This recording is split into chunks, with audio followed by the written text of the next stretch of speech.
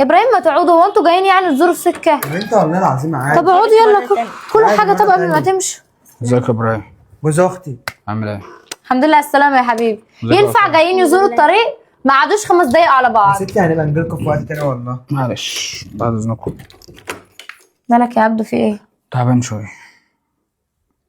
جوزك مالك؟ دي ما اعرفش والله، هو مش عارف شكله تعبان في الشغل ولا حاجه. تعالى وفاء كده ما نخش نشوف. مالك يا عبدو؟ في ايه يا عبدو؟ لا مفيش حاجه يا ابراهيم. مالك يا حبيبي في ايه؟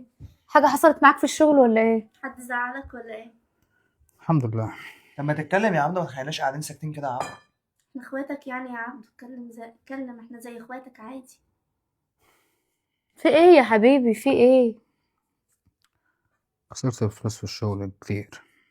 خسرت فلوس؟ فلوس ايه؟ الفلوس اللي كنت هجيب بضاعه بيها للمحل.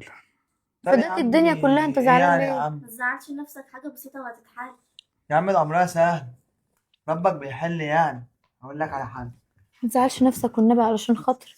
مبلغ احنا مش كبير. ناقصين يحصل لك حاجه ايا كان، ولا كنوز الدنيا كلها حبيبي، فداك كل حاجه. بص يا عبدو، امسك دمك كده، خليهم معاك ماشي، وبعدين يعني ابقى اديهم لي وخلاص. ده ايه ده؟ وانت هتجب عليا؟ طب اهدى اهدى يا عم، ساعد. في ايه؟ هو انا عشان يعني بديله حاجه اساعده بيها يبقى انا كده غلطان؟ استغفر الله العظيم يا رب. هو اعصابه مضغوطه يا ابراهيم، معلش انا معرفش هو في ايه او ماله او حاصل له ايه. معلش يا ابراهيم حقك عليا. يعني برمي استحمل. فلوس كده يعني، او انا غلطان يعني ولا ايه ده؟ انت غلطان في حاجه يا ابراهيم؟ غلطان في ايه ده؟ انا بساعده على اساس اللي يا هو زي ابراهيم انت اخويا. غلطان في ان انت كرمشت له الفلوس كده واديتها له.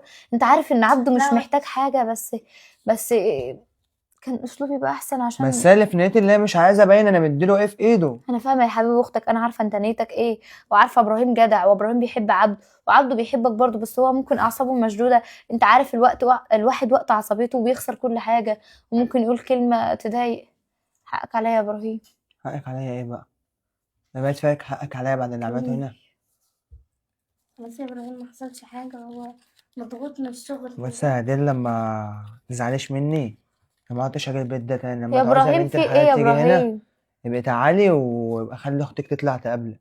لما تعوزي يوم ما تشوفيني يبقى تعالي لنا ايه عند ابوكي هو هناك حصل اهو. حاجه يعني يا ابراهيم تكبر لا. الموضوع؟ تكبرش ما الموضوع نستحمل بعض يا إبراهيم، ما حصلش جماعه. حاجة. انت لو كنت مكانه كنت طب اقعد بس كده بكلمك. لا ايه عايزه طب ايه اقعد يعني؟ بكلمك. ايه وبعد طب ما اقعد؟ قدرني واقعد دقيقه طيب.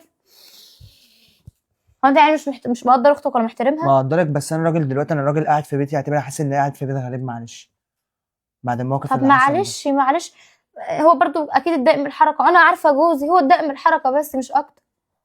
معلش حقك عليا انا. وانا هجب عليه فلوس؟ الفلوس اهي مش تفرق معايا. طب ينفع نعمه ربنا ترميها اصل كده؟ اعمل ايه بالفلوس يعني؟ فلوس اللي هجب عليه بيه. اسمعي الكلام يا هدي، لما تعوزيني يما وتعوزي تشوفيني بيت ابوكي هناك اهو. يلا وفاء. خلاص هجيلك اما تروح يا ابراهيم. يلا ما تزعلش وفاء. نفسك يا دي. سلام. حول الله يا رب، كل حاجه اتقلبت وتحولت في لحظه. وايه اللي بيحصل؟ واحد وقت عصبيته مبيبقاش عارف هو بيعمل ايه او بيقول ايه.